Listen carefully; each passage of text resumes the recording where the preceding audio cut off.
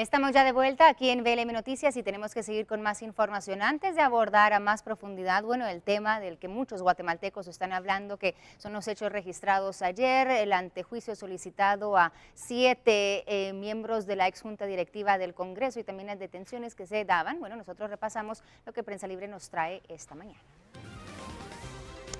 En el mundo económico, ahí lo tenemos en pantalla y dice lo siguiente: crisis en zonas francas se agudiza, parte de la información que compartimos con ustedes. Y si damos una vuelta de página, nos topamos también con otra noticia y tiene que ver con cadena que sigue intervenida. Farmacias Galeno realiza pago fiscal, pago realizado a la SAT asciende a 34.8 millones de quetzales. Y también en el plano internacional, la información que Prensa Libre nos trae en la mañana tiene que ver con el republicano Trump, que asegura candidatura por el Partido Republicano en Estados Unidos. Aspirante aún debe enfrentarse a un partido dividido. 23% de hispanos votarían por Trump, según una reciente encuesta. Y la caricatura del día la ponemos en pantalla para que usted la interprete, analice y precisamente tiene que ver con el tema que abordamos esta mañana. Prensa Libre presentó. Y precisamente hablamos entonces esta mañana de los hechos que ocurrían ayer. ¿Sorpresa o no? Sí, muchos comentaban en las redes sociales sentirse sorprendidos y complacidos de cierta manera con estos sucesos. La captura de 3 exdiputados y también la solicitud de antejuicio en contra de 7 miembros de la ex junta directiva del Congreso del año 2015. ¿Qué significa todo esto y cómo tomamos la población guatemalteca lo que está ocurriendo? Esta mañana lo analizamos con Luis Pedro Álvarez, diputado de Encuentro por Guatemala. Luis Pedro, buenos días y gracias por estar con nosotros. Buenos días. En primer lugar, yo creo que es un paso importante en la lucha contra la impunidad y la corrupción en el país, pero por el otro lado también hay que pensar que esto le pega duro a la moral tributaria del ciudadano. Es decir, estamos viendo que tanto el presidente como la ex vicepresidenta, sus secretarios, ministros y otros altos funcionarios, ahora la junta directiva en pleno del año 2015 del Congreso de la República, se ven involucrados en estos casos tan terribles de corrupción. Y entonces la gente pues obviamente se pregunta, ¿para qué estoy pagando impuestos? Si los impuestos los estoy pagando para que se los roben. Y tienen toda la razón. Entonces, por un lado, creo que es un paso importante, como decía, en la lucha contra la impunidad y la corrupción. También hay que preguntarse por qué se daban estos abusos. Y esto tiene una razón de un error en diseño institucional. Se debe precisamente al que el presidente del Congreso de la República, en el caso específico del organismo legislativo, tiene prácticamente el monopolio de las contrataciones del Congreso. Y eso es un gravísimo error. De hecho, tanto la diputada Ninette Montenegro como la bancada de Encuentro por Guatemala hemos presentado ya iniciativa de ley desde el año 2012. Algo se reformó ya en las últimas reformas de la ley del organismo legislativo, pero sobre todo queda pendiente fortalecer la ley de servicio civil del Congreso de la República, en beneficio de los propios trabajadores, de los trabajadores que sí quieren hacer una carrera pública, que tienen todo el derecho a hacerlo, pero también en beneficio de la lucha contra la impunidad y la corrupción.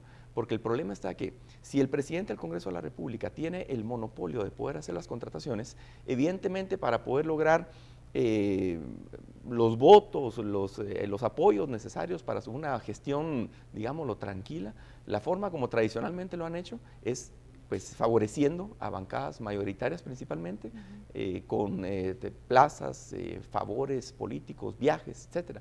Claro, y eso precisamente hay que señalarlo, ¿verdad? Porque ayer, por ejemplo, los antejuicios que se solicitan a los 7 ex integrantes de la Junta Directiva del Congreso, precisamente tienen que ver con eso de plazas fantasmas y contrataciones anómalas dentro del Congreso, ¿no? O sea, personas inclusive que ni se presentaban al Congreso a trabajar y estaban, percibiendo quizá ese dinero yendo a estos exdiputados. Y uno se pregunta, ¿qué necesidad? Todos los diputados tenemos derecho a 3 empleados, eso es, digamos, lo que dice la ley. ¿Cómo es posible que hayan diputados que tienen 10, 15, 20, 30 empleados?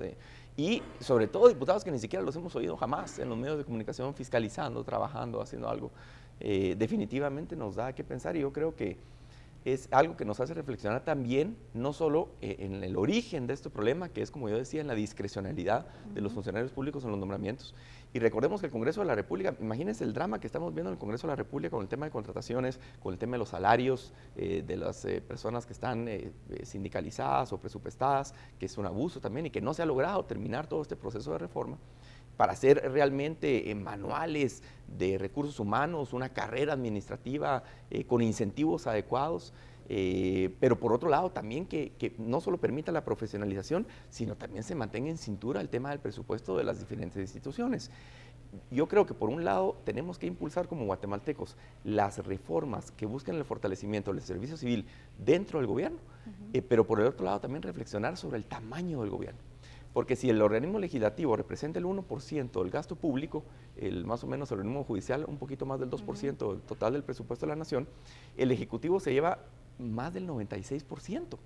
Entonces, esta es importantísimo, y bien lo decía el comisionado Velázquez el día de ayer, la importancia de la auditoría del censo poblacional, es decir, de los empleados públicos del gobierno, porque hoy por hoy estoy seguro que esta situación de plazas fantasmas o nombramientos irregulares, imagínense ustedes en carteras como el Ministerio de Educación que tiene más de 190,000 empleados, como el Ministerio de Salud que tiene más de 60 sindicatos. Qué difícil fiscalizar. El tema, tenemos los casos en la empresa portuaria Santo Tomás de Castilla con gente, yo no demerito para nada el trabajo de nadie, pero gente que está ganando más de 30, 40,000 quetzales acarreando agua pura en las juntas directivas. Ese tipo, cuando pues en el mercado tú puedes encontrar que una plaza de esas puede ganar 3,500, 4,000 quetzales. Luis Pedro, obviamente nada de esto es nuevo, o sea, sabemos que estos actos de corrupción se dan dentro del Congreso de hace años. Ahora, lo que sí es nuevo es una investigación de esta naturaleza y que los llevan a la justicia. Exacto, pero uno se pregunta, o la ciudadanía se pregunta, por ejemplo, diputados dentro del mismo Congreso, por ejemplo, las bancadas como Encuentro por Guatemala, que sabemos que sí están fiscalizando inclusive a sus propios compañeros, ¿por qué no se pudo hacer algo al respecto antes? Es decir, ¿por qué ahora es cuando se empiezan a tocar estas estructuras criminales de poder y de corrupción? Mira, nosotros hemos denunciado muchísimo estos temas y la verdad que no se nos ha puesto atención. De hecho, nosotros desde el 2012 pedimos en 3 ocasiones, y lo tenemos documentado, la nómina de salarios de empleados del Congreso. Jamás nos la dieron. Lo pidió Acción Ciudadana, no se la dieron. La pidió el Movimiento Cívico Nacional, no se la dieron. Hasta ahora que el presidente, y por presiones realmente yo creo que por una actividad muy diligente de parte de la CICIG, se logran estos avances, porque antes era un secreto totalmente reservado. Y todo lo que es secreto en la administración pública definitivamente lleva problemas. El acceso a la información en un gobierno es importantísimo. La transparencia y la apertura, digamos, la facilidad con que tú adquieres esa información es básico para la lucha contra la corrupción. Nosotros, por ejemplo, promovimos las reformas a la ley de contrataciones del Estado, que ya se dieron, y ahora viene una fuerza muy fuerte para tratar de retroceder en eso. Entonces, yo sí creo que es estamos en un punto de inflexión en la historia del país. También delicado porque, digamos, en el tema político, como institución, el organismo legislativo, al tener tantas acusaciones de corrupción, etcétera, es un desgaste para todo el Congreso. Es un desgaste muy fuerte a nivel institucional, y eso en la estabilidad gubernamental también nos preocupa, pero creo que es importante que se haga y lo tenemos que llevar hacia adelante, pero sobre todo, aparte de que avancen estos temas de justicia, la reforma institucional. ¿Y qué significa la reforma institucional? Fortalecer la ley de servicio civil, tanto del Ejecutivo como del Legislativo, como del Judicial. Por ejemplo, hablamos del tema del antejuicio, si se quita o no se quita. Yo creo que es algo que es muy viable, que es recomendable, pero tiene que ir acompañado de una reforma al sistema de justicia importante, porque te lo digo, yo soy abogado, litigué muchos años antes de ser diputado, y a mí me daría muchísimo miedo cuáles podrían ser los resultados, por ejemplo, en el caso de la fiscalización de TCQ que nosotros llevamos a cabo. Imagínate que hoy por hoy sabemos que el juez de primera instancia de lo penal de Escuintla estaba comprado. Estaban comprados procuradores generales de la Nación. Estaba comprado, era parte del negocio corrupto el interventor de la portuaria. Magistrados hoy, pues ya no son magistrados, pero eran ya parte del premio en la Corte Suprema de Justicia como un arreglo entre el Partido Patriota y la bancada líder, que han sido mafias tremendas. Entonces, imagínate la posición de una bancada pequeña en oposición, haciendo fiscalización, cuando tenemos, por ejemplo, si vemos hacia atrás, dentro del Ministerio Público, en la administración de la doctora Paz y Paz y todas las administraciones anteriores, teníamos solo en la de la señora Paz y Paz más de 400 denuncias de parte de Contraloría de Cuentas en temas de corrupción. La verdad es que nunca vimos ni una condena ni una investigación. La Fiscalía contra la Corrupción tenía a 2 empleados. Hoy vemos a una FESI muchísimo más articulada. Yo creo que ese apoyo, que esa buena comunicación que han tenido con CICIG ha dado resultados, pero es decir, vemos que el fortalecimiento institucional debe ser integral, debe ser sistémico. No podemos analizar solo decir, bueno, quitamos el antejuicio, pero dejamos un sistema judicial en la forma que estaba operando tradicionalmente, porque entonces te acaban. Si tú tratas de fiscalizar, te acaban. O en el momento que no estuviera, positiva, en el momento que no estuviera la CICIG, te acaban. Entonces, tiene que ser una reforma sistémica. Vemos ahora que ya hay una propuesta de reforma a la Constitución en el tema de justicia, una propuesta a la reforma en la carrera judicial, pero obviamente hay resistencia de estos grupos de interés dentro, que han cooptado las instituciones de justicia, porque al final de cuentas todos estos temas de corrupción terminan en las instituciones de justicia.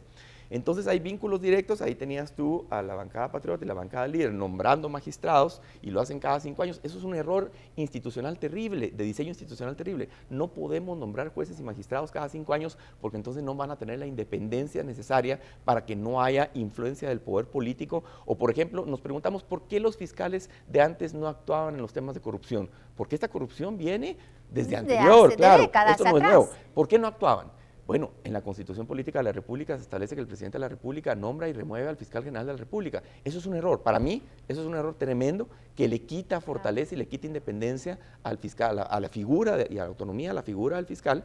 Y esto tenemos que revisar en cada una de las instituciones, hacer esas reformas. Pero definitivamente yo creo que es un paso importante, pero para que no se pierdan estos avances, tiene que haber una reforma institucional que fortalezca la carrera judicial, que fortalezca la independencia judicial, que fortalezca